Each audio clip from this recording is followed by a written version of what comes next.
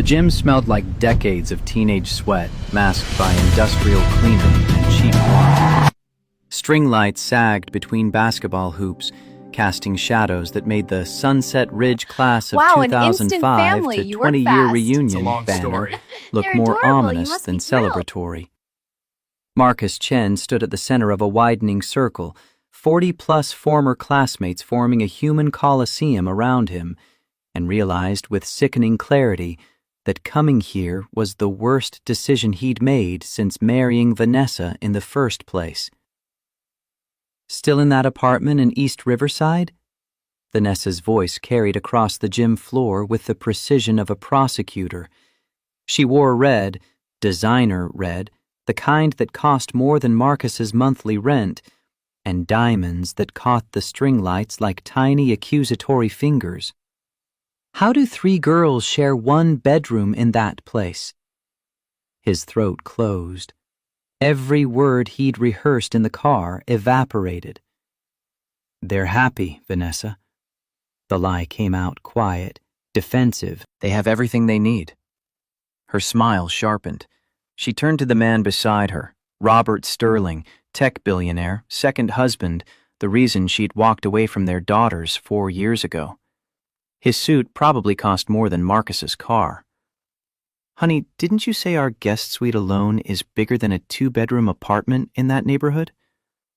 Robert's expression radiated condescending sympathy.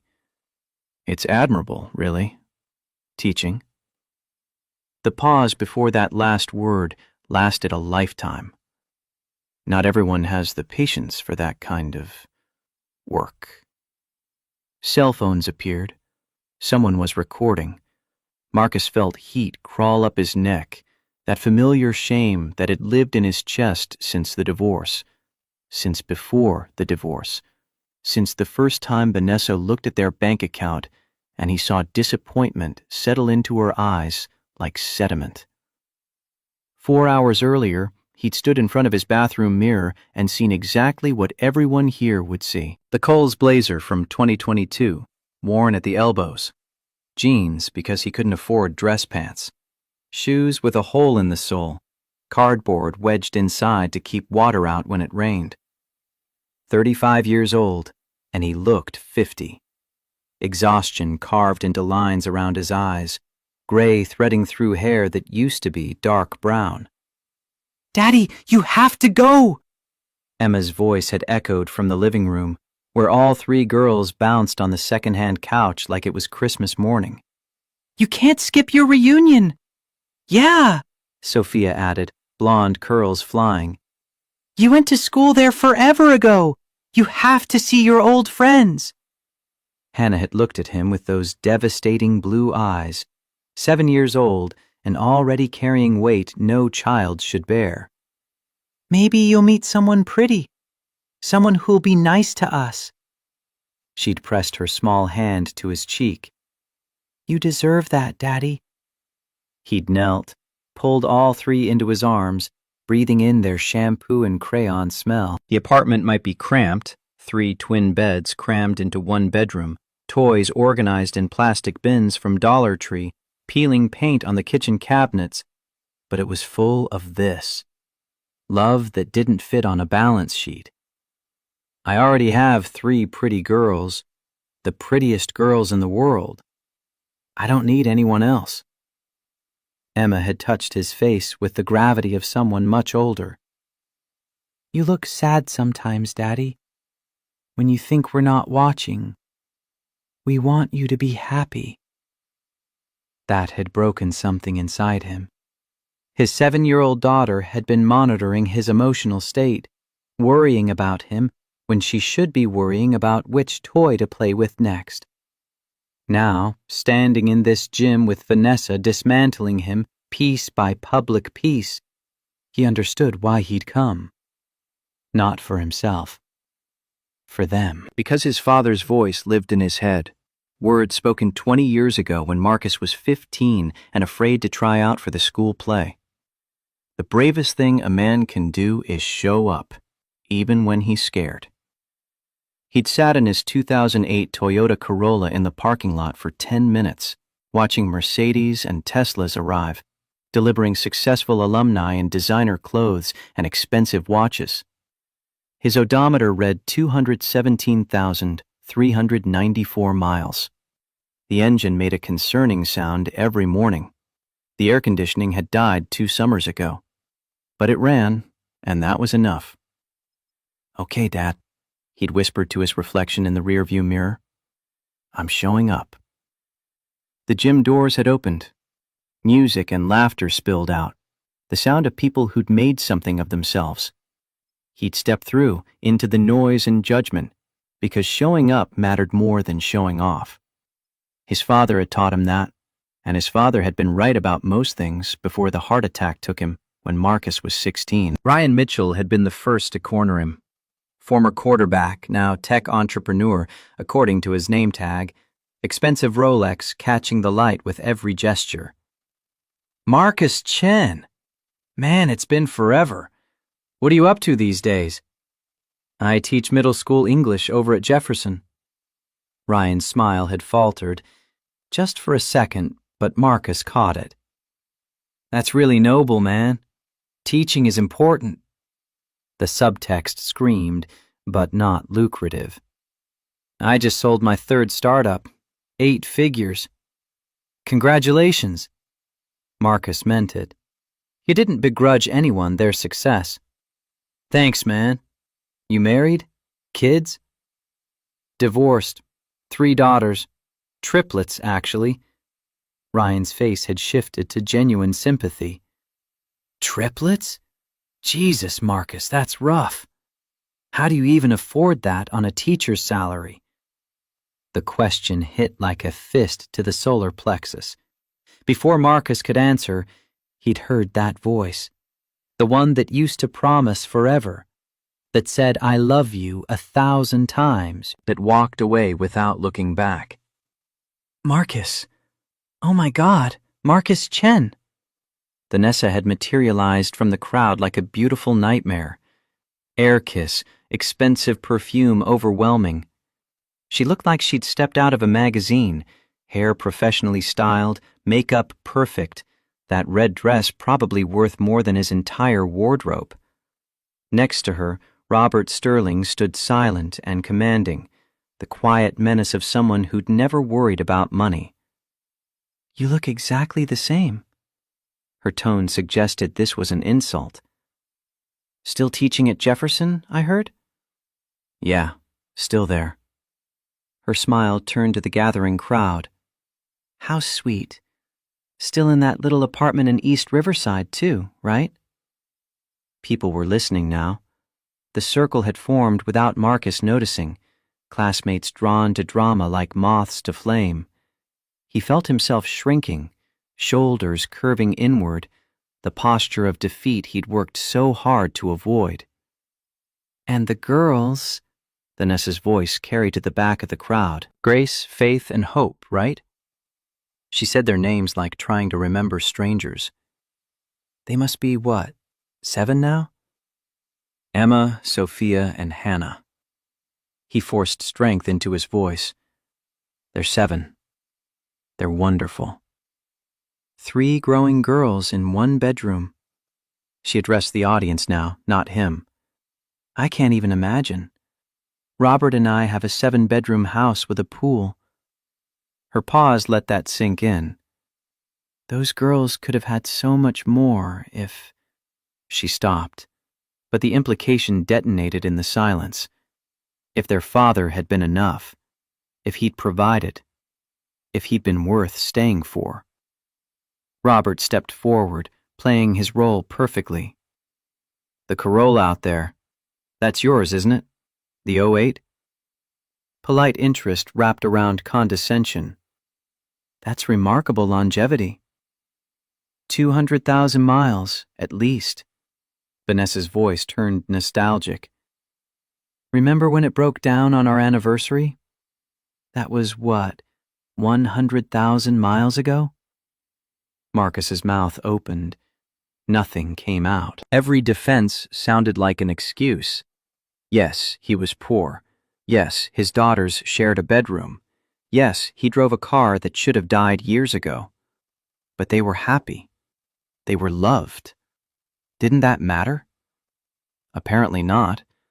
Not here, where success was measured in square footage and stock portfolios. His eyes stung. He was going to cry in front of everyone. Worse, he was going to run. The exit was 20 feet away. He could make it, drive home to his cramped apartment and his sleeping daughters, and pretend this never happened. Then a voice cut through the humiliation, warm and confident and impossibly kind. "Marcus, there you are. I've been looking everywhere for you." A woman appeared at his side like an answer to a prayer he didn't know he'd made. She linked her arm through his naturally, like she'd done it 1,000 times, and suddenly he could breathe again. She wore a teal-wrapped dress, elegant but not showy, and simple jewelry that suggested wealth without screaming it. Her presence shifted the energy of the room immediately. Confidence radiated from her like heat. She turned to Vanessa with a smile that could cut glass. "Sorry I'm late. The board meeting ran over. You know how it is." She extended her hand to Vanessa. "Elena Hart. You must be Vanessa. Marcus has told me so much about you." Vanessa's smile froze. "Elena Hart? The Elena Hart? Hart Event Solutions?" "Yes. Have we met?" "No, but I know your work." Vanessa's recovery was smooth, but Marcus caught the flash of uncertainty. "You planned the governor's inauguration last year, and the tech summit Robert attended." Robert's interest peaked visibly. "Hart Event Solutions? I've been trying to book you for our annual gala for 2 years. Your waiting list is legendary." Elena's smile remained pleasant. "It's been busy, but rewarding." Marcus stood frozen, trying to process what was happening. Elena Hart. They'd gone to Sunset Ridge together. He had vague memories of her from student council, prom committee, always surrounded by friends. But they'd never spoken. Why was she? "We've been together 6 months now." Elena said it casually, like stating the weather. Her hand on his arm tightened fractionally. A message. Play along. His eyes widened, but he kept his mouth shut. The crowd's energy shifted. People who'd been watching his humiliation with pity now looked curious, reassessing. "The girls are remarkable," Elena addressed Vanessa directly. "Emma wants piano lessons. She has such a good ear. Sophia's interested in art classes, and Hannah loves gymnastics. We just got them new bikes last month for their birthday." Vanessa's mask cracked. "How generous of you to help with someone else's children. They're Marcus's children." Elena's correction was gentle but firm. "Which means they're important to me. When you love someone, you love all of them, including their family." The words landed like a slap. Vanessa had abandoned her family. Elena's statement highlighted that abandonment without saying it explicitly. Robert attempted to regain control. "Teaching and event planning. That's quite a combination." "It is." Elena looked at Marcus, and he saw something in her eyes he couldn't identify.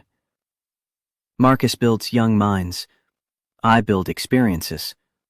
Both require patience, creativity, and seeing potential others miss." Her gaze held his. "He's very good at seeing potential." His chest tightened. Who was this woman? Why was she doing this? "Let's get drinks." Elena steered him away smoothly, and the crowd parted. Vanessa's voice rose behind them, something sharp and defensive, but they were already moving toward the hallway, leaving the gym and its judgment behind. The hallway hit him with fluorescent brightness and sudden quiet. Muffled music thumped through the walls. A vending machine hummed in the corner. Elena released his arm and turned to face him. "What just happened?" His voice came out raw. "Who are you?" "Elena Hart. We went to Sunset Ridge together. Class of 2005. I know, but he shook his head, trying to make sense of it. We've been together 6 months. We barely spoke in high school. I know. She leaned against the wall, studying him with those impossibly calm eyes. But you were being humiliated in there. That woman was tearing you down in front of everyone, and someone needed to stop it. By lying? By pretending to be my girlfriend? By giving you armor, yes. He should be angry. He should be offended. Instead, he felt something dangerously close to gratitude. Why? Why would you do that for me? She was quiet for a moment. The vending machine hummed. Someone laughed in the gym. The ordinary sounds of a world that kept spinning while his had stopped. Do you remember 11th grade AP English? The subject change threw him. Yeah? You wrote a paper about Romeo and Juliet, about how the real tragedy wasn't their deaths. It was that they were brave enough to love, but the world wasn't brave enough to let them. Memory surfaced slowly. Mrs. Anderson's class, junior year.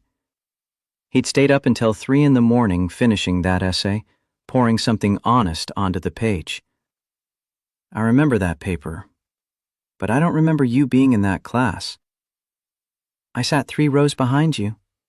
Row 4, seat 2. Her voice softened. Mrs. Anderson cried when she read it aloud. She paused. I thought it was the most beautiful thing I'd ever heard. I had a crush on you for all of junior year. The world tilted. You had a crush on me? I was too scared to talk to you. We were from different worlds. You worked at the HEB on weekends. I was student council. She looked down. My dad used to say... She stopped. My dad used to say, the bravest thing a man can do is show up, even when he's scared.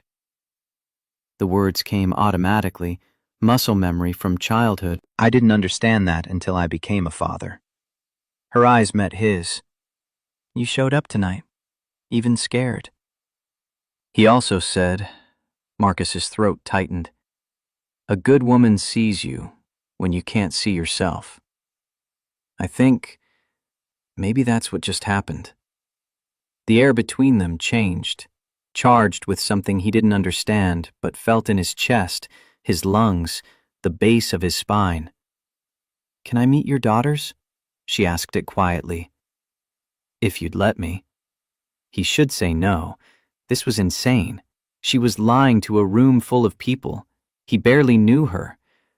But standing in this hallway, looking at the woman who just saved him from complete humiliation, he found himself nodding. Okay.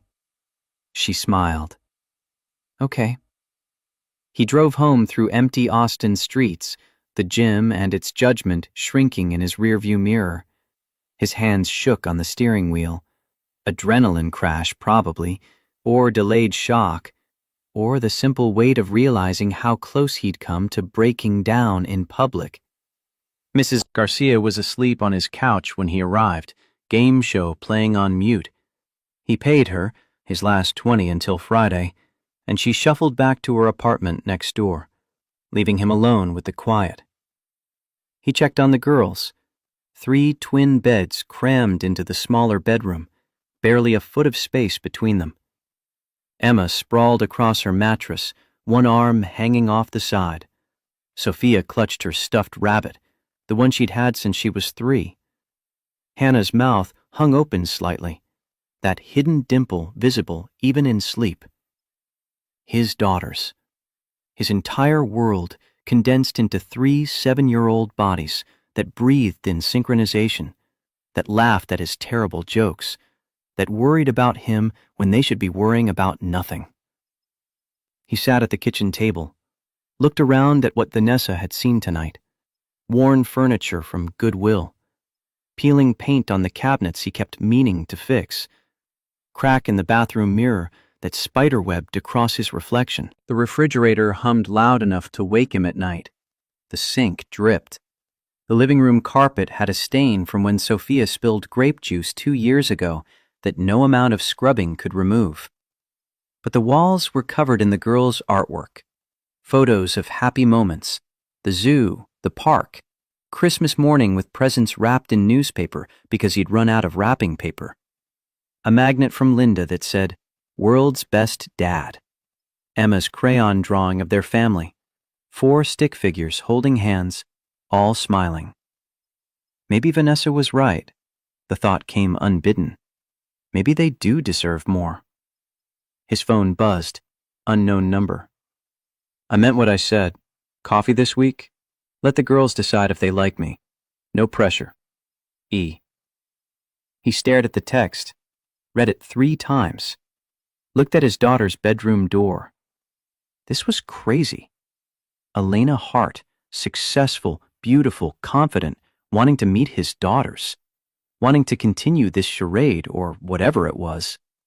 He should decline politely, should protect his girls from more disappointment, more abandonment, more people who left. But Emma's voice echoed in his head. You look sad sometimes, Daddy, when you think we're not watching. And his father's voice, older and deeper. The bravest thing a man can do is show up. He typed slowly, thumb hovering over send for a full minute before he pressed it. Sunday, 2 p.m.? There's a coffee shop on Congress. The girls would like to meet you. 3 dots appeared, disappeared, appeared again. I'll be there.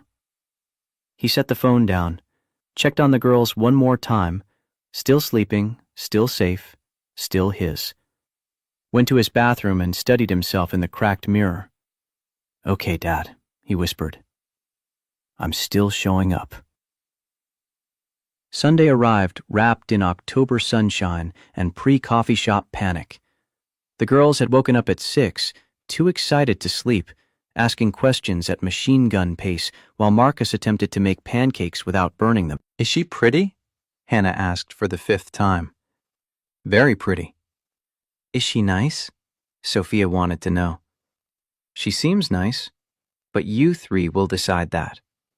Emma, always the protector, always the oldest, even though they were technically the same age, looked at him seriously. We want you to have a friend, Daddy. You need friends. Friends. That's what Elena had called herself. Not girlfriend, not partner, not anything that carried weight or expectation. Just a friend who'd lied convincingly to save him from public humiliation. Summer Moon Coffee on Congress was packed with Sunday afternoon families.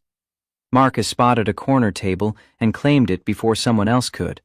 The girls bounced in their seats, blonde curls identical, making the distinctive Chen triplet chaos that made people smile.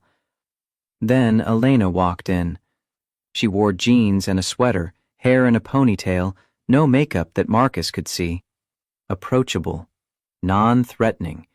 The opposite of her reunion appearance. She spotted them and smiled, genuine warmth that reached her eyes. And Marcus's chest did something complicated. She slid into the booth. Hi, you must be Emma, Sophia, and Hannah. I've heard so much about you. You're the lady from Daddy's reunion. Emma's statement carried implied questions. I am. I'm Elena. It's very nice to meet you. You're very pretty. Sophia's observation landed with the bluntness of childhood. Thank you. You're all very pretty, too. We're identical. Hannah leaned forward, testing. But Daddy can always tell us apart. Can you tell us apart? Elena studied them thoughtfully, didn't condescend, didn't dismiss, treated the question like it mattered. Not yet, but I'd like to learn. Will you teach me? Something in Marcus's chest unlocked. The girls relaxed incrementally, shoulders dropping, smiles emerging. She'd passed the first test. Over hot chocolates and coffee, Elena asked questions about school, favorite subjects, but they wanted to be when they grew up. She listened, actually listened, not the performative attention adults sometimes gave children. When Sophia talked about wanting to be a vet, Elena asked about her favorite animals. When Hannah mentioned her dream of being a princess scientist, Elena didn't laugh, just nodded and said, "That's allowed. You can be anything you want." An hour passed, then another. Marcus watched his daughters fall for this woman who'd appeared out of nowhere, who'd lied for him, who treated his children like people worth knowing. Eventually, the girls needed the bathroom. All three went together. They did everything together, leaving Marcus and Elena alone at the table. "They're wonderful," she said quietly. "Thank you." "I mean it. You've done an incredible job." The compliment landed heavier than she probably intended. 4 years of doubt, of wondering if he was enough, if they needed more than he could give. And here was someone who saw what he'd built and called it wonderful. They walked to the parking lot together. The girls raced ahead to the small playground area, burning off sugar and excitement. Austin sunshine painted everything gold. October in Texas, perfect temperature, perfect light, perfect moment. So, he kept his eyes on his daughters, safer than looking at her. "What is this? Are we still pretending, or—" "I don't know." She stopped walking, forced him to look at her. "I didn't plan past Friday night, but I like talking to you. I liked watching you with your daughters just now. I haven't thought about dating in 4 years. The admission came out rough. Haven't had time. Haven't wanted to bring someone into their lives who might leave. He watched Emma push Hannah on the swing. Vanessa left when they were 3. Just walked away. Emma asked me 6 months ago why they don't have a mommy. I didn't know what to say. What did you say? That they had one, but she chose a different life. That some people aren't ready to be parents. His throat closed. I can't do that to them again. Elena was quiet for a long moment. The girls' laughter carried across the parking lot. A car drove past, the ordinary world continuing around them while they stood suspended in this conversation that felt too important to rush. I understand that. Her voice held something he couldn't identify. But maybe I'd like to see where this goes. If you're interested. If you're interested. Like she wasn't impossibly out of his league. Like a successful businesswoman might actually want to date a broke teacher with 3 kids and a car held together by hope and duct tape. Let me earn their trust. She met his eyes. And yours. He should say no. Should protect himself, protect his daughters, protect the fragile stability they'd built. But standing in this parking lot with Austin's sunshine warming his shoulders, watching this woman who'd appeared like something out of a dream, he found himself nodding. Okay. Her smile could have powered the city grid. 4 years earlier, Marcus had sat in a downtown attorney's office while his marriage died in fluorescent lighting and legalese. My client is requesting full custody. Vanessa's lawyer had delivered it without emotion. Mrs. Chen believes the children would be better served in her care. He'd looked at Vanessa across that conference table, the woman he'd met in college, married in a small ceremony, built a life with. You want custody? She couldn't meet his eyes. I think it's best. 3 weeks later, his phone rang at 11 p.m. He was grading papers at their kitchen table. 3-year-old triplets finally asleep after 2 hours of bedtime negotiations. Vanessa's voice came through the speaker, cold and final. I can't do this, Marcus. 3 kids? It's too much. You keep them. Vanessa, they're our daughters. I'm done. Robert's offered me something better and I'm taking it. My lawyer will send papers. You can have full custody. I'm not paying child support. I'm not doing visitation. I'm out. They're 3 years old. They need their mother. They need someone who wants to be a mother. That's not me. It never was. The line went dead. He'd sat there for an hour, phone in hand, trying to understand how someone walked away from their children, trying to figure out how to tell 3 toddlers that mommy wasn't coming back. That first night alone with them had been chaos. Emma crying for mommy, Sophia refusing to sleep, Hannah screaming every time he left her line of sight. He had no idea how to comfort them, no idea what he was doing, no idea how to be both parents at once. "Where's mommy?" Emma had sobbed against his chest. He'd held all 3, fighting his own tears. "Mommy had to go away, sweetie. But Daddy's here. Daddy's always going to be here." It was the only promise he knew how to keep. The first year had been brutal. Daycare costs ate his entire salary. He worked summer school for an extra $2,000, learned to cook cheap meals that would stretch for days, spaghetti, rice and beans, pancakes for dinner when they ran out of everything else. He'd learned to braid hair from YouTube videos at midnight, laundry spinning in the apartment building's basement while he practiced on Emma's hair. She'd sat patient and trusting while he fumbled with elastics and bobby pins, making braids that looked like disasters, but she wore them proudly anyway. His car had broken down in the Walmart parking lot one sweltering July afternoon. The repair estimate? $800.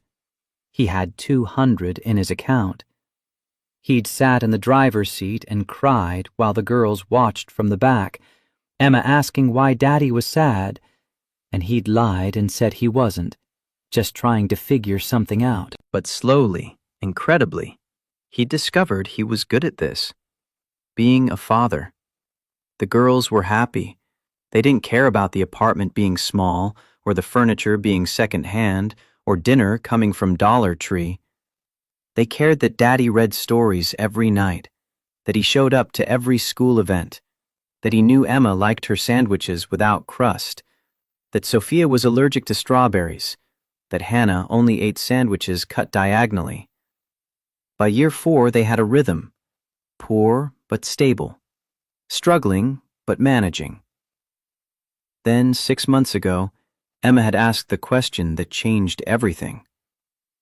"Daddy, why don't we have a mommy?" He'd knelt down, eye level. "You did have a mommy, but she decided she needed to live a different life." "Other kids have mommies and daddies. We only have you. Is that not enough?" "You tell me. Are you happy?" She'd thrown her arms around him. "You're the best daddy in the world. But sometimes I wish you had someone to help you. You look so tired." She'd been watching him struggle, noticing his exhaustion, worrying about him when she should be worrying about nothing. Maybe it was time to try. Not for himself, for them. 3 months passed. November turned to December, turned to January. Austin weather shifted from scorching to pleasant to almost cold. Elena became part of their lives so naturally Marcus barely noticed the transition.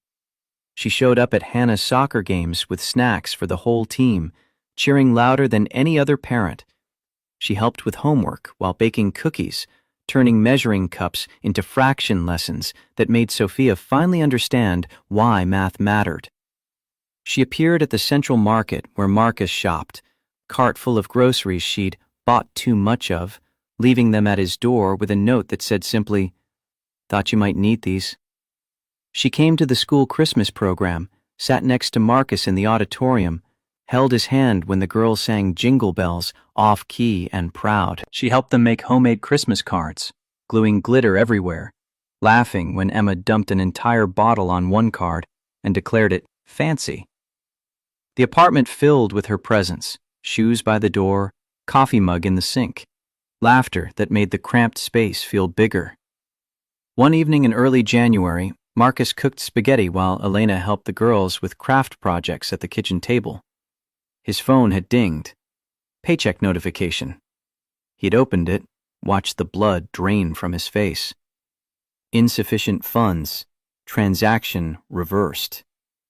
His paycheck had bounced. The phone rang immediately. Landlord. Rent was due 3 days ago. If Marcus couldn't pay by end of week, eviction proceedings would begin. He'd set the phone down carefully, stared at the pasta water boiling, thought about 3 daughters and 1 bedroom and nowhere else to go, thought about custody battles and judges and what Vanessa's lawyer could do with evidence of homelessness. You don't have to keep doing this. The words came out strangled. Elena looked up from her glitter. Doing what? Showing up, helping, the groceries. He turned from the stove. I saw the receipt in the bag last week. You spent $200. I was at the store. Thought you might need things. Elena. He gripped the counter. I don't want to be a charity case. She stood, crossed to him, took his hands. You're not. You're someone I care about. Her voice carried weight. Let me help. Later that night, after the girls were asleep, they sat on his worn couch with cheap wine. String lights Marcus had hung for Christmas still glowed above them. He'd meant to take them down, but the girls liked them, so they stayed. Why are you really here? He asked it quietly. You could date anyone. Rich men, successful men. I don't want rich men. Why me? She was quiet for a long time. The refrigerator hummed. A car passed outside. The world kept turning because 18 years ago you wrote something that showed me who you were. A high school paper? That paper showed me someone who understood love wasn't about deserving it. It was about being brave enough to accept it. She set her wine down. I wanted to know that person. And now that I do, her voice dropped. I'm here because I'm falling in love with you. The wine glass slipped in his hand. He caught it before it fell. You don't have to say it back. She continued before he could speak. I know this is complicated. I know you're scared. But I needed you to know I'm not here out of pity. I'm terrified. The admission tore out of him. Terrified of screwing this up. Of you realizing what being with me really means, the struggle, the stress, the poverty. Marcus, she made him look at her. I see what your life is like. I'm not leaving. His hands shook. 4 years of being alone, of being everything to everyone, of carrying every burden himself, and here was someone offering to share the weight. I'm falling in love with you too. His voice cracked. I'm so scared, but I'm falling. She kissed him then, gentle, certain, full of promise. From the hallway came 3 synchronized voices. They're kissing! Marcus and Elena pulled apart, laughing. 3 pajama-clad girls rushed in, throwing themselves onto the couch. Toy pieces from the dollhouse he'd been assembling scattered. Everyone laughed. Were you 3 supposed to be asleep? We were thirsty! And we heard talking. Hannah looked at Elena seriously. Does this mean you're staying forever? Elena's answer came carefully, honestly. Let's start with right now and see where it goes. Is that okay? Hannah thought about it, nodded. That's okay. Right now is good. They all piled together on the worn couch, 3 blonde girls, 1 exhausted father, 1 woman who'd appeared like an answer to prayers he'd been too scared to speak. String lights glowed above them. Outside, Austin slept. Inside, something fragile and precious was being built. 6 months after the reunion, Marcus stood in his kitchen making pancakes for the girls' 8th birthday breakfast. The recipe was perfect now. 4 years of practice had taught him exactly how much batter made them fluffy without being raw in the middle. His phone rang. Unknown number. He almost didn't answer. "Marcus, it's Vanessa." The spatula froze mid-flip. 4 years of silence, and her voice still had the power to stop his world. "Vanessa, I've been thinking about the girls. I made a mistake. I want to see them." Pancake batter dripped onto the stove, started smoking. He set the bowl down carefully, like any sudden movement might detonate something. "What do you want?" "I want to be part of their lives. I've been in therapy. I've worked through things." Her voice carried practiced emotion. "I'm their mother, Marcus. I have rights." "You gave up your rights. You signed papers 4 years ago." "I was in a bad place. Those girls deserve to know their mother. They have everything they need." Her voice turned sharp. "Do they? Living in poverty with a single father? I saw how you were dressed at the reunion, Marcus. Our daughters deserve better. We're not rich, but they're happy. I can give them more. Private schools, opportunities." She paused. "My lawyer says I can petition for partial custody." The world tilted. "You abandoned them." "I'm their biological mother. I have legal standing." Her voice went cold, professional, final. "Figure it out, Marcus. My lawyer will contact you." The line went dead. "Daddy?" Emma stood in the doorway in her birthday pajamas. "The pancakes are burning."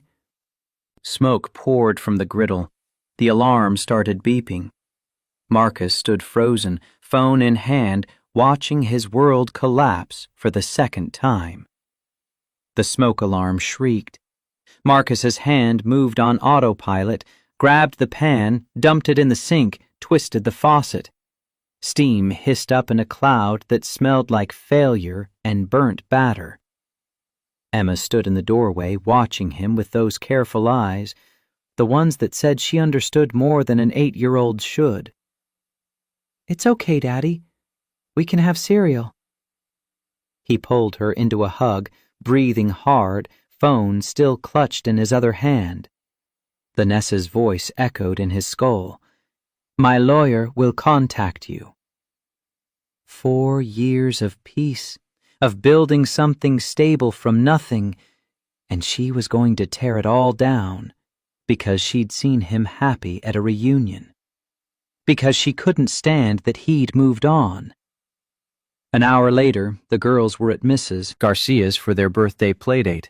Cake and presents with her grandkids, squealing laughter that drifted through the thin walls. Elena arrived to find Marcus sitting at the kitchen table, staring at his laptop screen. Legal notice email. Already sent. Already real. She crossed to the sink without a word, started scrubbing the burned pan. He watched her hands work, capable, certain, the same hands that had held his daughters while teaching them fractions, that had threaded through his own while watching Christmas programs, that were choosing to stay when leaving would be so much easier. "I can't afford a lawyer." His voice came out hollow. "I can barely afford rent. How am I supposed to fight someone married to a billionaire?"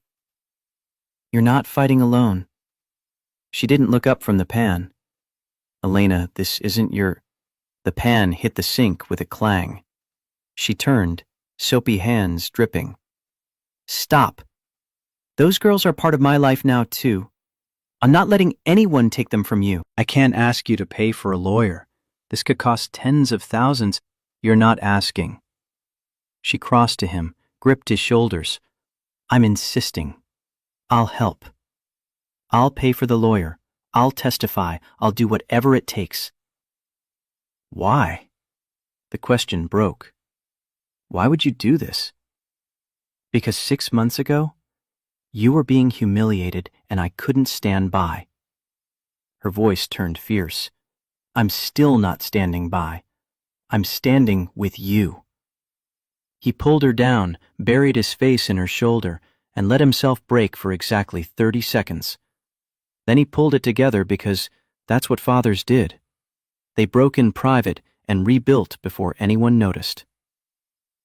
The family law office occupied the 15th floor of a glass tower downtown. Too expensive. Too polished. Diana Foster's credentials covered an entire wall. Stanford Law, family court specialist, 87% success rate in custody cases. She wore a suit that probably cost more than Marcus's monthly salary and shook his hand with the grip of someone who'd won more battles than she'd lost. Across the conference table sat Vanessa and Robert, and their lawyer. Charles Whitmore looked like he'd been cast for the role. Silver hair, expensive suit, the quiet menace of someone who billed $800 an hour and earned every penny.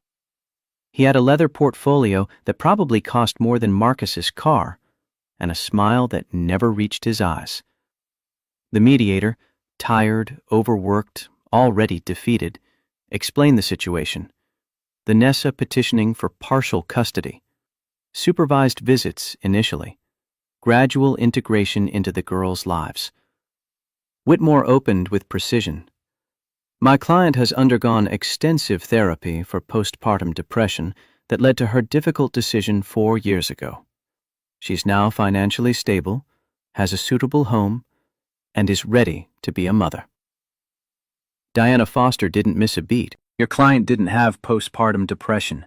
She had a billionaire proposal. She abandoned 3 3-year-old children and signed away all parental rights. She hasn't sent a birthday card in 4 years. Marcus couldn't stay silent.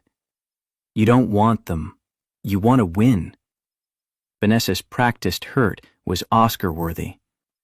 I saw you raising my daughters in poverty, our daughters, and they're happy. She turned to the mediator, tears threatening.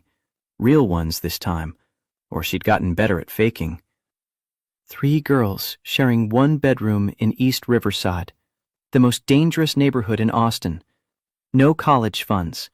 A father who works 60 hours a week and still can't make ends meet.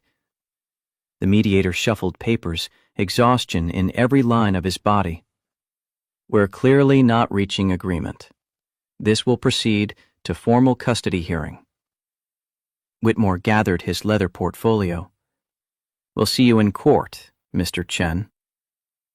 Marcus left the building feeling like he'd been hollowed out. Elena's hand in his was the only thing keeping him from floating away entirely. That evening, he came home to find his kitchen transformed into a disaster zone. Flour everywhere, on the counters, the floor, Elena's hair. All 3 girls covered in chocolate chips and laughter, mixing bowl between them like a science experiment gone beautifully wrong. Daddy! They shouted in unison. We're making cookies for you! He stood in the doorway, suit jacket still on, tie loosened, and felt something crack open in his chest. This chaos, this joy, this love that didn't fit in bank accounts or square footage. This was what Vanessa would never understand.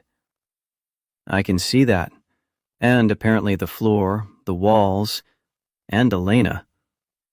Elena turned, flower in her hair, smile incandescent. They're very enthusiastic bakers. Try one! Hannah thrust a misshapen cookie at him. We made them ourselves. He bit into pure sugar and love and imperfection. This is the best cookie I've ever had. Really? Sophia's face lit up. Really, because you made it. He pulled all 3 into a hug, flour transferring to his suit. He didn't care. Let Vanessa have her 7-bedroom mansion. He had this. "Thank you," he said to Elena over their heads. She understood. "Always." That night, after the girls were asleep, Elena folded their laundry while Marcus changed out of his suit. Domestic intimacy in the small bedroom they pretended they didn't share most nights now. She worked methodically, matching socks, folding tiny shirts, organizing by child with the precision she brought to everything. Jessica called today, my business partner. He paused, half-unbuttoned shirt. What did she say? That I'm in too deep. That fighting a billionaire could cost me corporate clients. That I should think about my business. His stomach dropped. Is she right? Robert Sterling called me 3 weeks ago. She kept folding, didn't look up. Offered me a $200,000 contract for his annual gala if I'd reconsider my involvement with you. The room tilted. What? I told him I'm not for sale. She met his eyes finally. Neither are you. Neither is our family. That contract could have changed everything for your business. It would have cost me everything that matters. She set down Sophia's jeans. So I hired a private investigator instead, to find dirt on them. Elena, if they want to fight dirty, we'll fight dirty. Her voice carried steel he'd never heard before. I'm not losing you. I'm not losing those girls. Whatever it takes. He crossed to her, stopped her hands, pulled her close. She melted into him, and for a moment they just stood there. Two people choosing each other in a world that made that choice as hard as possible. You're not a stranger, he whispered into her hair. You're family. Then let me fight for our family. The custody hearing was scheduled for June, 2 months away. 2 months of waiting, of watching his daughters laugh and play and live their lives, while he carried the secret terror that it could all be taken away. Diana Foster prepared them methodically. School records showing the girls thriving, teacher testimonies, neighbor statements, Marcus's mother flying in from Georgetown to testify, building a case from ordinary proof of extraordinary love. But Vanessa had money. Money bought better lawyers, better expert witnesses, better everything. The courtroom smelled like furniture polish and institutional judgment. Travis County Family Court, downtown Austin. Judge Margaret Hamilton presiding. 50s, sharp eyes, reputation for not tolerating bullshit from anyone, regardless of their bank account. The gallery was packed. Marcus's former students filled 3 rows, showing up for the teacher who'd shown up for them. Neighbors, Principal Davidson, Mrs. Garcia in her Sunday best on Vanessa's side. Society friends in designer clothes, looking like they'd wandered into the wrong venue and couldn't find the exit. Whitmore opened with surgical precision. Poverty porn disguised as concern. Photos of Marcus's apartment blown up on screens, the cramped bedroom, the worn furniture, the peeling paint. Salary records, neighborhood crime statistics, everything packaged to say, these children deserve better. Then Vanessa took the stand. She dressed carefully, navy Chanel, minimal jewelry, hair pulled back to look maternal instead of glamorous. Whitmore walked her through 4 years of regret and growth, the therapy she'd undergone, the postpartum depression that she now understood had clouded her judgment. Mrs. Sterling, can you tell the court why you made the decision you did 4 years ago? She dabbed her eyes. Real tears or excellent acting? Marcus couldn't tell anymore. I was drowning.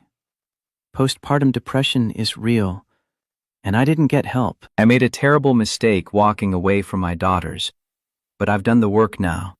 2 years of therapy. I'm ready to be their mother.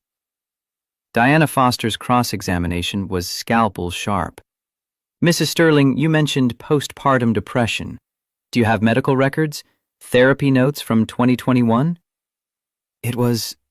I didn't seek treatment then. I was ashamed.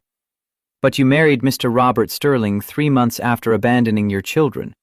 That's remarkably fast recovery. Objection. Argumentative. Sustained. Move on, Ms. Foster.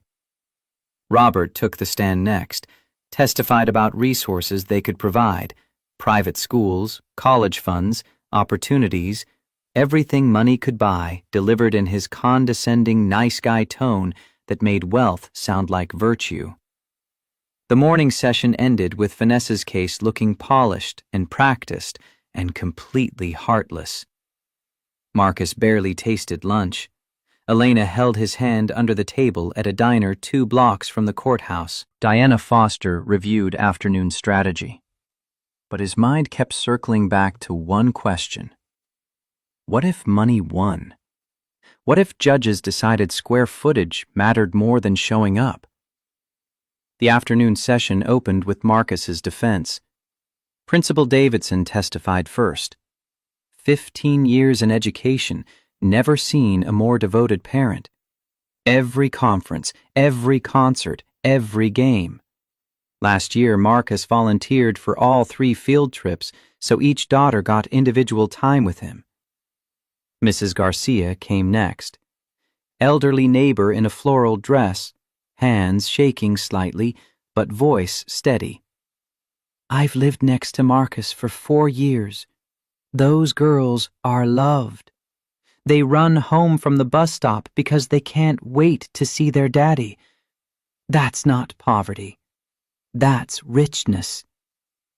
Linda Chen took the stand, Marcus's mother, still beautiful at 67, still carrying the strength that had raised him after his father died. My son learned to be a father by watching his father. When my husband died, Marcus was 16.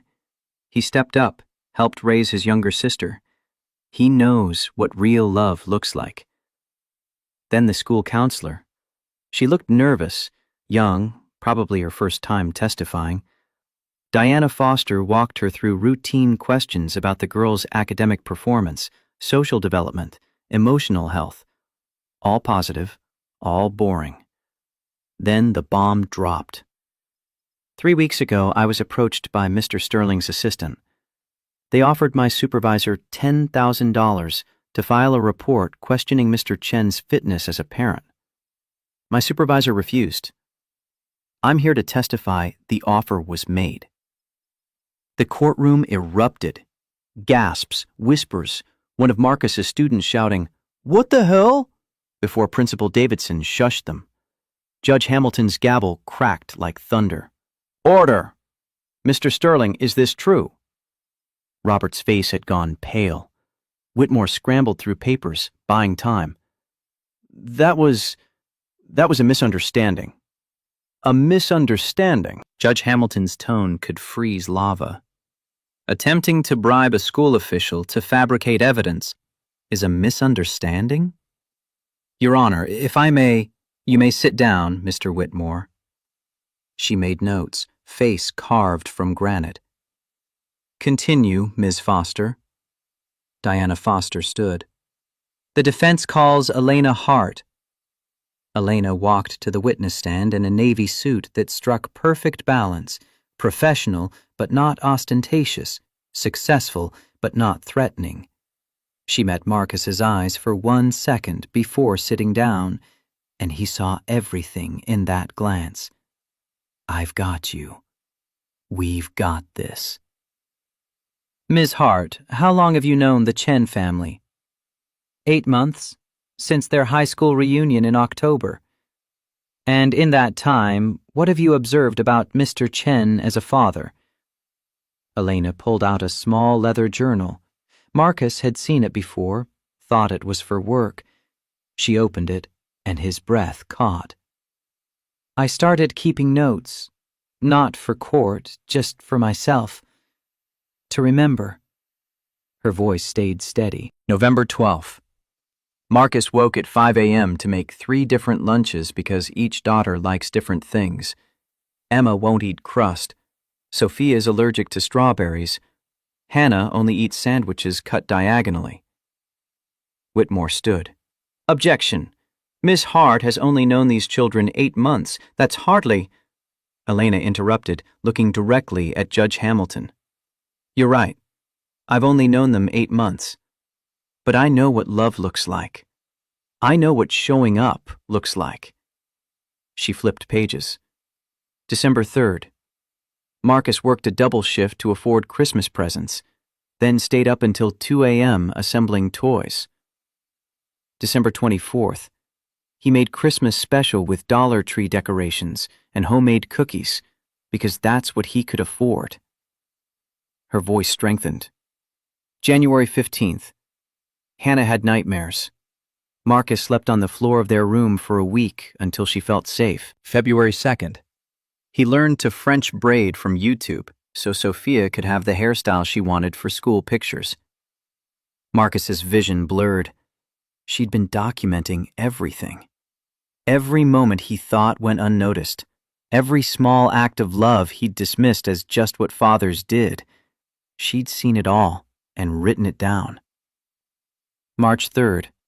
Emma's class did a writing assignment about heroes. She wrote about her dad. Said he was her hero because he never gives up even when things are hard. Elena's voice cracked. March 18th. Marcus missed a doctor's appointment because he was volunteering at the school science fair. Not for recognition, just because his daughters asked him to be there. And what do you see when you look at this family? Diana Foster asked quietly. I see a man who's not wealthy, but he's rich in every way that matters. He's not perfect, but he's present. Elena looked at Marcus, tears tracking down her face. Those girls don't know they're poor. They know they're loved. And that's worth more than 7 bedrooms and a pool. The gallery was silent. One of Marcus's students was crying. Mrs. Garcia dabbed her eyes with a handkerchief. Even the court reporter had stopped typing. Marcus sat with tears streaming down his face. The second time in his life he'd cried in front of people, and he didn't care. This woman had seen him, actually seen him, when the world looked through him or past him or down on him. Whitmore tried to recover on cross-examination, but there was nowhere to go. Elena had documented months of devoted parenting with the precision she brought to corporate events. Every question he asked, she had a dated entry ready. No further questions, Your Honor. Judge Hamilton called for recess.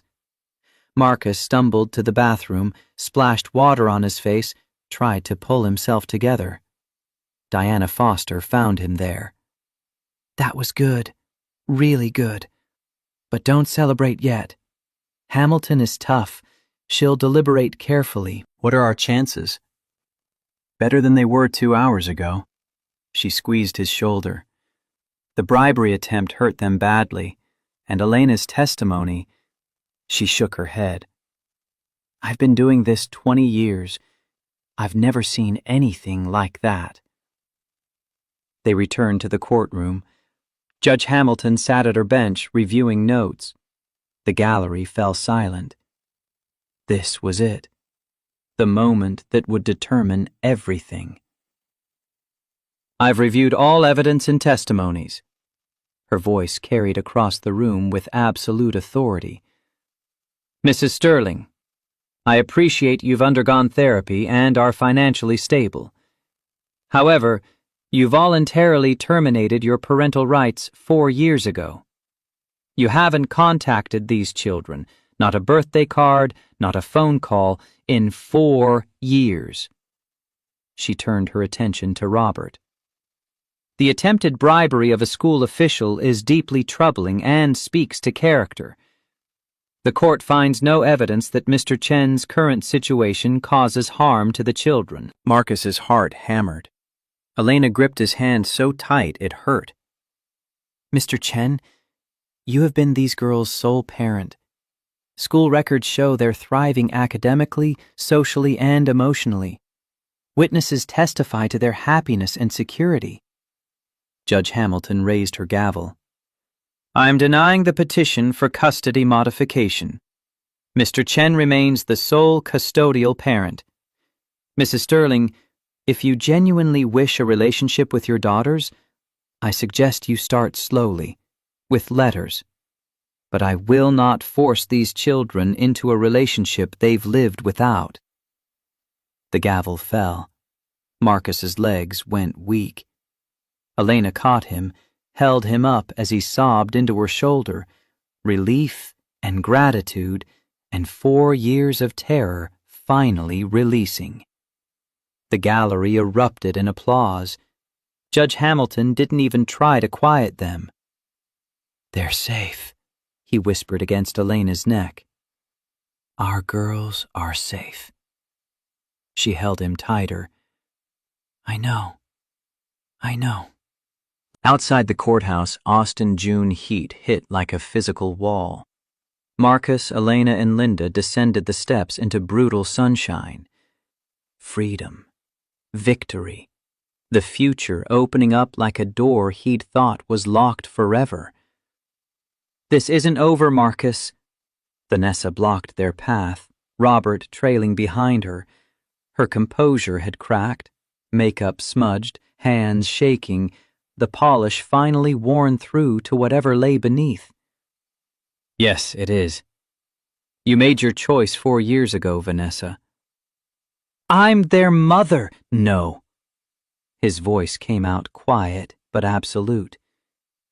You were their mother. I'm their father.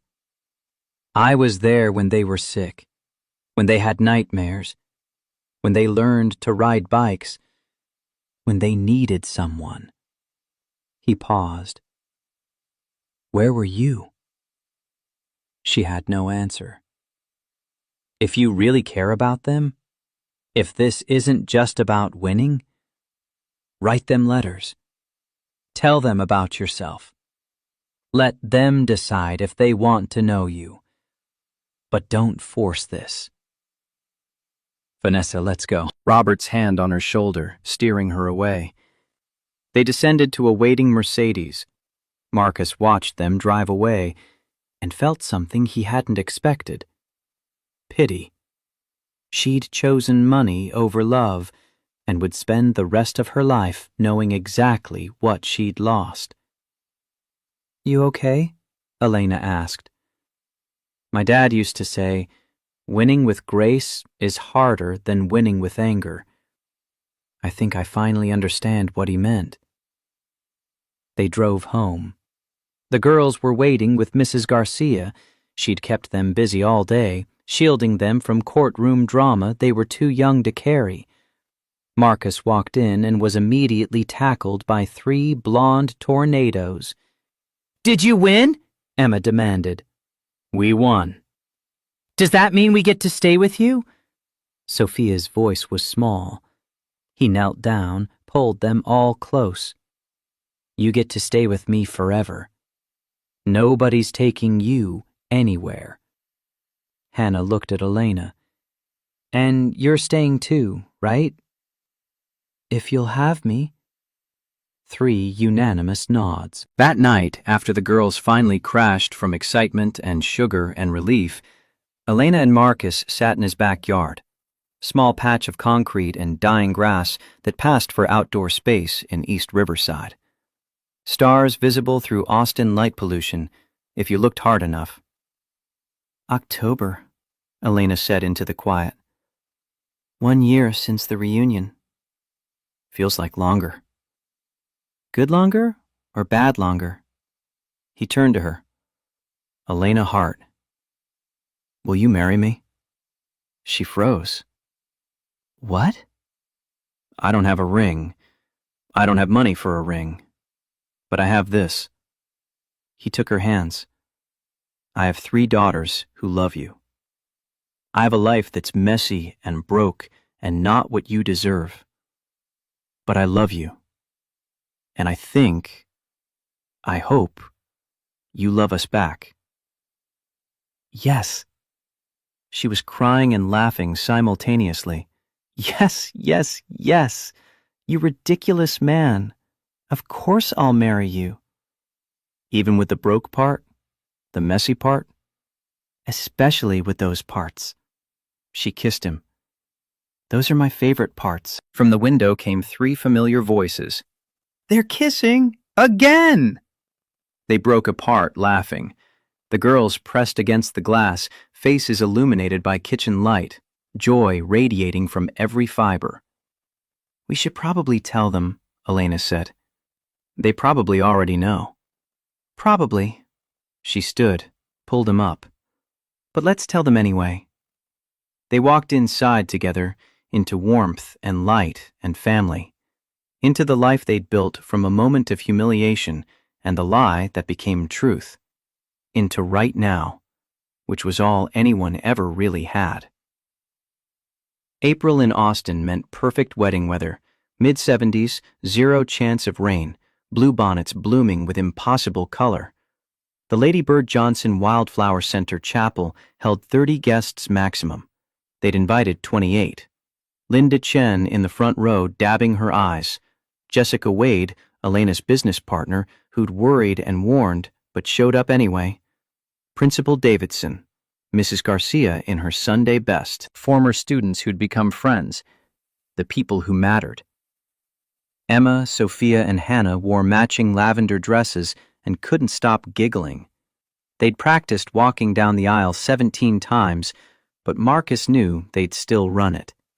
That was fine. Everything about this day was perfect in its imperfection. Elena walked down the aisle alone, no father to give her away because she was giving herself, which was the whole point. Simple white dress, wildflowers woven into her hair, confidence in every step. She'd built a business from nothing. She'd fought a billionaire and won. She'd chosen love over money. Walking down an aisle was easy compared to that. The officiant began. Marcus barely heard the words. He was looking at Elena, at his daughters in the front row practically vibrating with excitement, at the life they were about to make official. Marcus, your vows. He'd written them at midnight 2 weeks ago, sitting at his kitchen table with Elena asleep in his bed. 18 months ago, you saved me in a moment when I felt small and worthless. You reminded me that worth isn't measured in dollars or job titles or zip codes. He looked at his daughters. You've loved my daughters like they're your own. You've shown up every single day. You fought for us when we couldn't fight for ourselves. His voice steadied. I promise to love you fiercely, to support your dreams the way you've supported mine, to be your partner in all things, and to never let you forget how incredible you are. Elena, your vows. She smiled through tears. Marcus, 18 years ago I fell for a boy who wrote about love with such beauty, I never forgot it. He wrote that the real tragedy of Romeo and Juliet wasn't their deaths. It was that they were brave enough to love, but the world wasn't brave enough to let them. Marcus's vision blurred. You're the bravest person I know. You showed up for your daughters when their mother walked away. You showed up at that reunion even though you were scared. You showed up for me when I needed someone real. Her voice strengthened. I promise to stand beside you, to love your daughters as my own, to build a life that's rich in all the ways that matter, and to stay. Always. I promise to stay. He was crying openly now, 3rd time in public, and he'd stopped caring somewhere around the custody hearing. Crying didn't make you weak. Pretending you didn't hurt did. By the power vested in me, they're married! All three girls shouted in perfect synchronization. Laughter rippled through the chapel. The officiant gave up. "I guess they are. You may kiss your bride." He did. She tasted like salt and joy and promises kept. The reception was outdoors under string lights strung between live oak trees.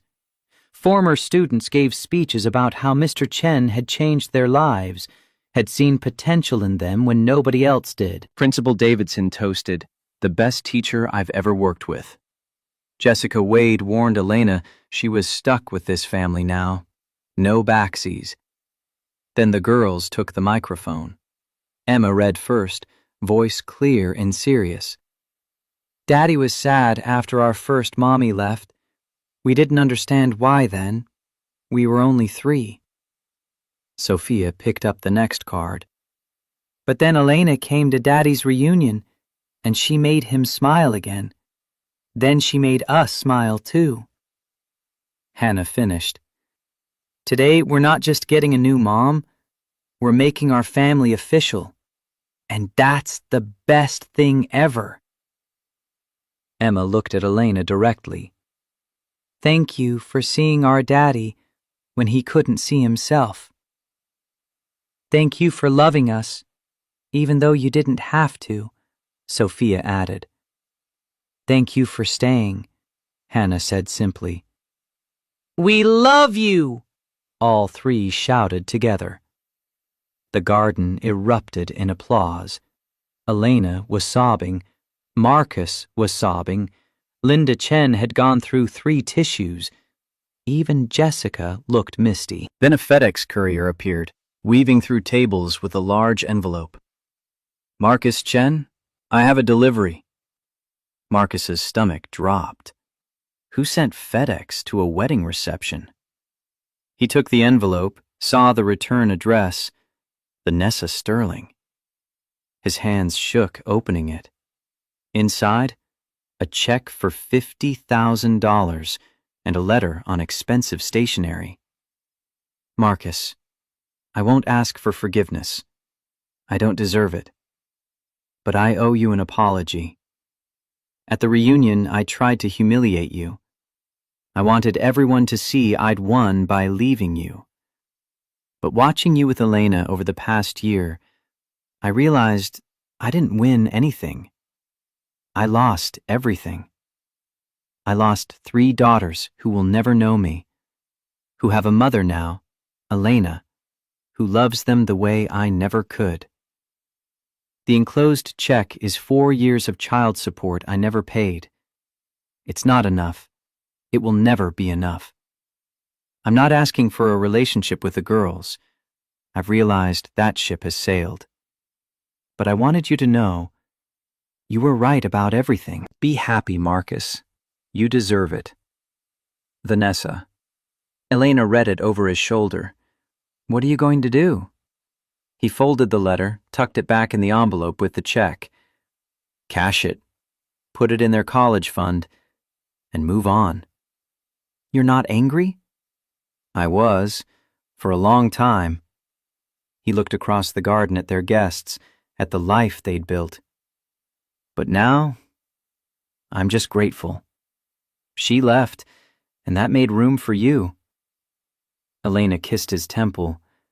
"Best thing she ever did for all of us."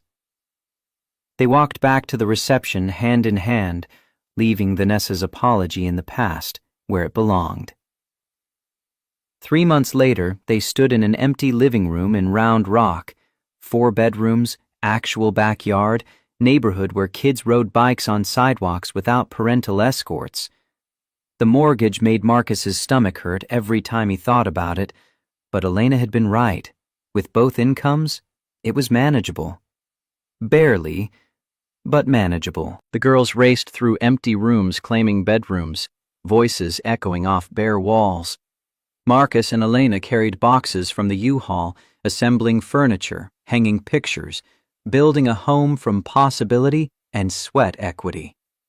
First family dinner happened on the kitchen floor because they hadn't assembled the table yet.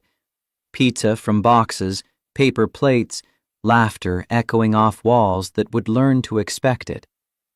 That evening, Marcus stood in the backyard watching sunset paint the sky. Grass needed mowing, fence needed repair, but it was theirs. Actually, legally, officially, theirs.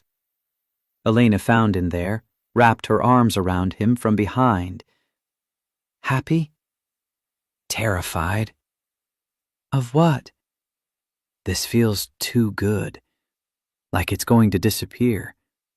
Like I'm going to wake up in that apartment in East Riverside, and this will all have been a dream. She turned him to face her. It's not disappearing. This is real. This is ours. How do I believe that? Because I'm here. Because I chose this life. I choose it every day. Her voice turned fierce. Stop waiting for me to realize I made a mistake. I didn't make a mistake. I found my family. Something shifted in his chest. Something that had been clenched tight for 4 years, maybe longer. My dad used to say, a good woman sees you when you can't see yourself. What do you see now? He looked at the house, their house, at the girls visible through kitchen windows, at Elena's face backlit by fading sunlight. I see I was always enough. I just needed someone brave enough to show me. She kissed him. The girls started knocking on the window, making faces, ruining the moment in the best possible way. Come on, Elena said, pulling him toward the house. Your daughters want to show you their rooms for the 17th time. Our daughters, he corrected. Her smile could have powered the city. 5 years after the reunion, Marcus stood backstage at Jefferson Middle School's auditorium, trying not to throw up. Teacher of the Year for Travis County District. 1,500 teachers in the district, and somehow they'd chosen him. You're going to be fine. Principal Davidson adjusted Marcus's tie like he was one of the students. Just speak from the heart. That's all you ever do anyway. The auditorium was packed.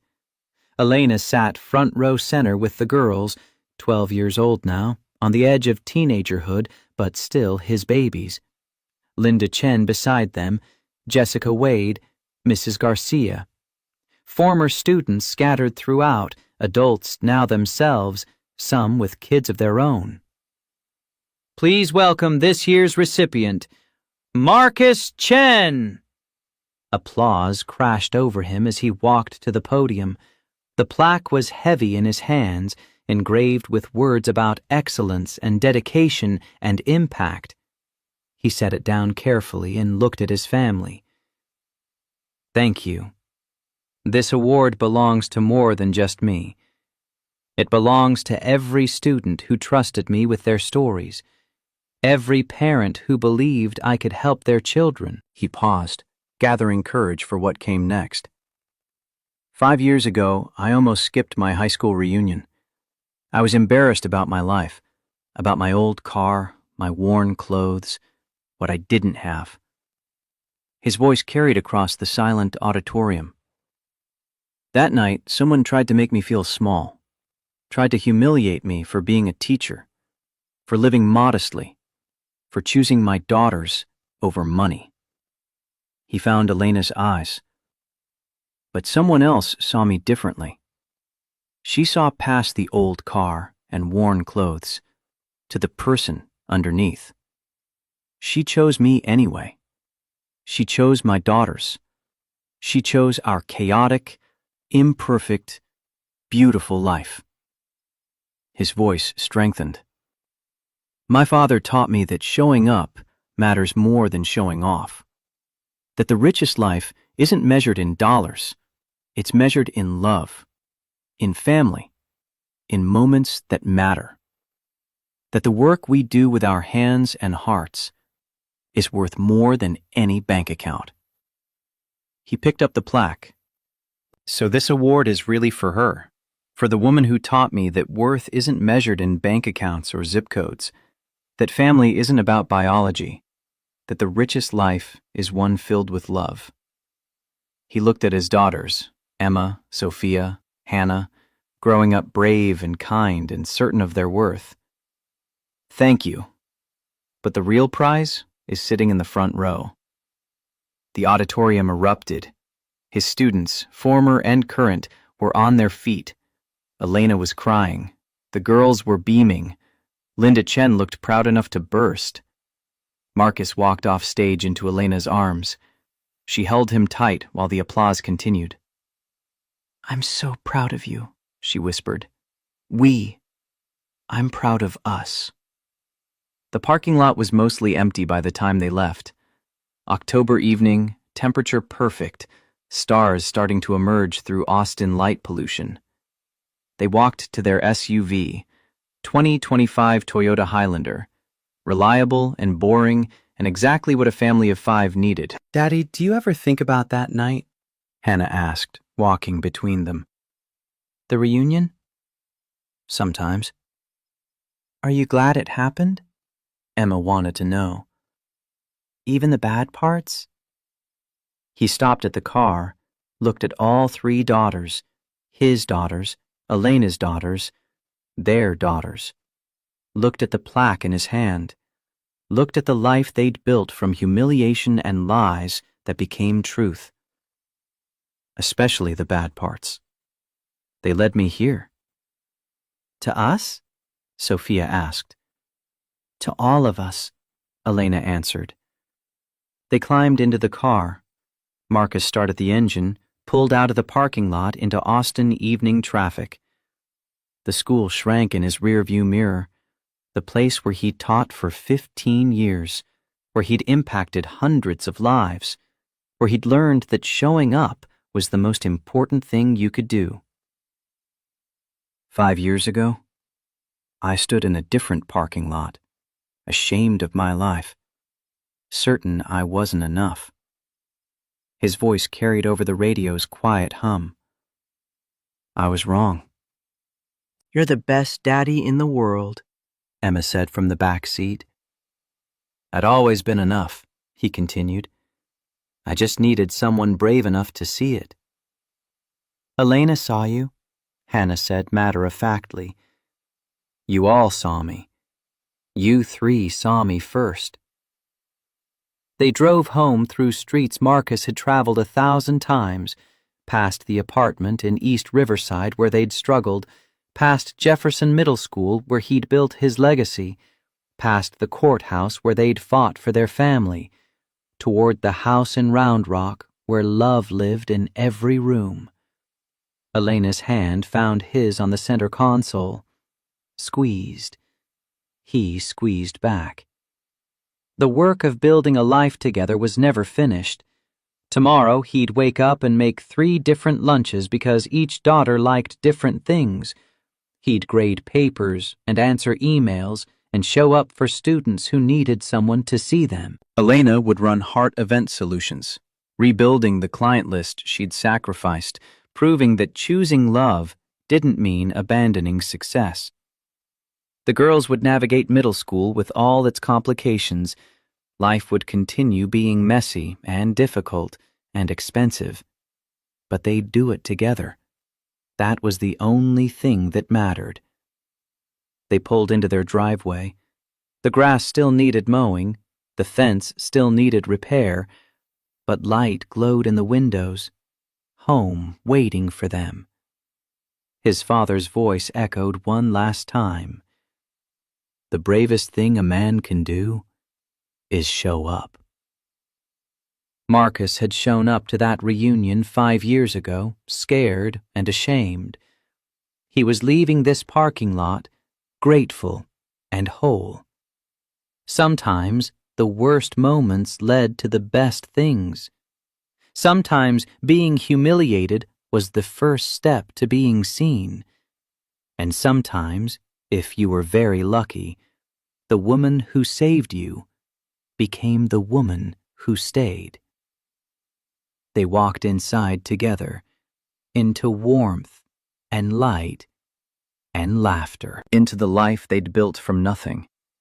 Into forever, which started right now.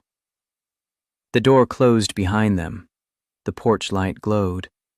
The house held them all, 5 people who chose each other, who showed up for each other, who proved that worth couldn't be measured in square footage or stock portfolios. Love was the only currency that mattered, and they were rich beyond measure.